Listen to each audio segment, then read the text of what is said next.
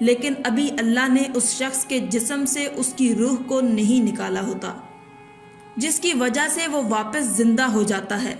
لہٰذا suspended animation کے case میں یہ کہا جا سکتا ہے کہ اس کی روح اس کے جسم کے اندر موجود ہوتی ہے، لیکن سائنس آج تک اسے سمجھ نہیں پائی ہے، تو سائنس اسے موت کہنا شروع کر دیتی ہے۔ موت کے بعد انسان دوبارہ زندہ کیسے ہو جاتا ہے، سائنس آج تک سمجھ نہیں پائی۔ ڈاکٹر ذاکر نائک نے کہا کہ لہٰذا ثابت ہوتا ہے کہ سائنس اور مذہب میں موت کی ڈیفینیشن میں فرق ہے۔ سائنس سمجھتی ہے کہ موت تب واقع ہوتی ہے جب دل کام کرنا چھوڑ دے، یا دماغ سوچنا چھوڑ دے، یا پھر انسان سانس لینا چھوڑ دے تو موت واقع ہو جاتی ہے۔ لیکن اسلام یہ کہتا ہے کہ موت آتی ہے، اللہ اسے بھیجتا ہے، جاؤ میرے فلاں بندے کی روح قبض کر لو۔ جب روح قبض ہو جاتی ہے اور روح جسم سے جدا ہو جاتی ہے، تب انسان کی موت واقع ہوتی ہے۔ لیکن سائنس اسے کچھ اور ہی سمجھتی ہے۔ اب دیکھیں، جیسے ہم عام زندگی میں یہ کہتے ہیں کہ اس کی موت آئی تھی، وہ مر گیا، یعنی موت آتی ہے کہیں سے، موت واقع نہیں ہو جاتی۔ سائنس کا اپنا خیال ہے، لیکن اسلام اس حوالے سے یہ کہتا ہے کہ موت اللہ کی جانب سے بھیجی جاتی ہے۔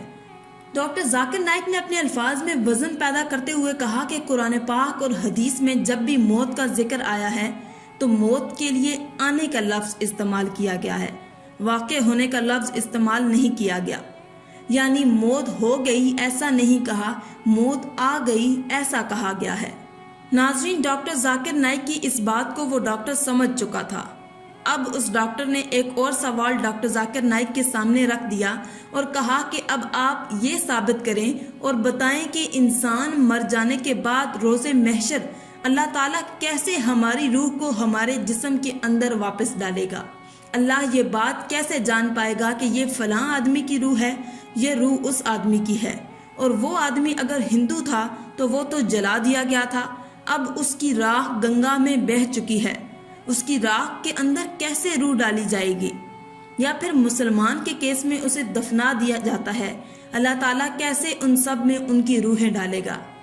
ناظرین، اس سوال کا جواب ڈاکٹر ذاکر نائک نے انتہائی خوبصورتی اور مختصر انداز میں دیا۔ ڈاکٹر ذاکر نائک نے کہا کہ یہ انتہائی سادہ سوال ہے۔ قرآن پاک کی کئی ایسی آیات ہیں جو اس سوال کا جواب دیتی ہیں۔ اللہ تعالیٰ قرآن پاک کی سورۃ قیامہ آیت نمبر 3 اور 4 میں فرماتا ہے، اور یہ تم سے سوال پوچھتے ہیں کہ اللہ تعالیٰ کیسے ہڈیوں کو دوبارہ جوڑے گا؟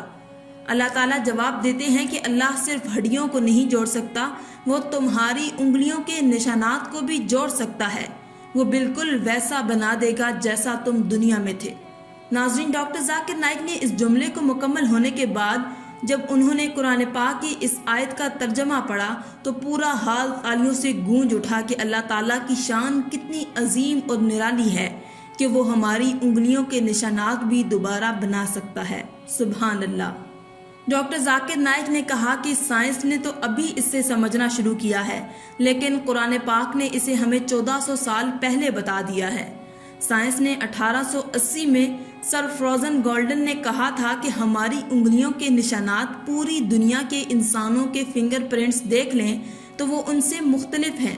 سائنس اب یہ مان رہی ہے کہ 10 لاکھ لوگوں میں سے بھی 2 لوگوں کے انگلیوں کے نشان ایک جیسے نہیں ہو سکتے۔ پوری دنیا کے ہر انسان کے نشانات دوسروں سے مختلف ہیں۔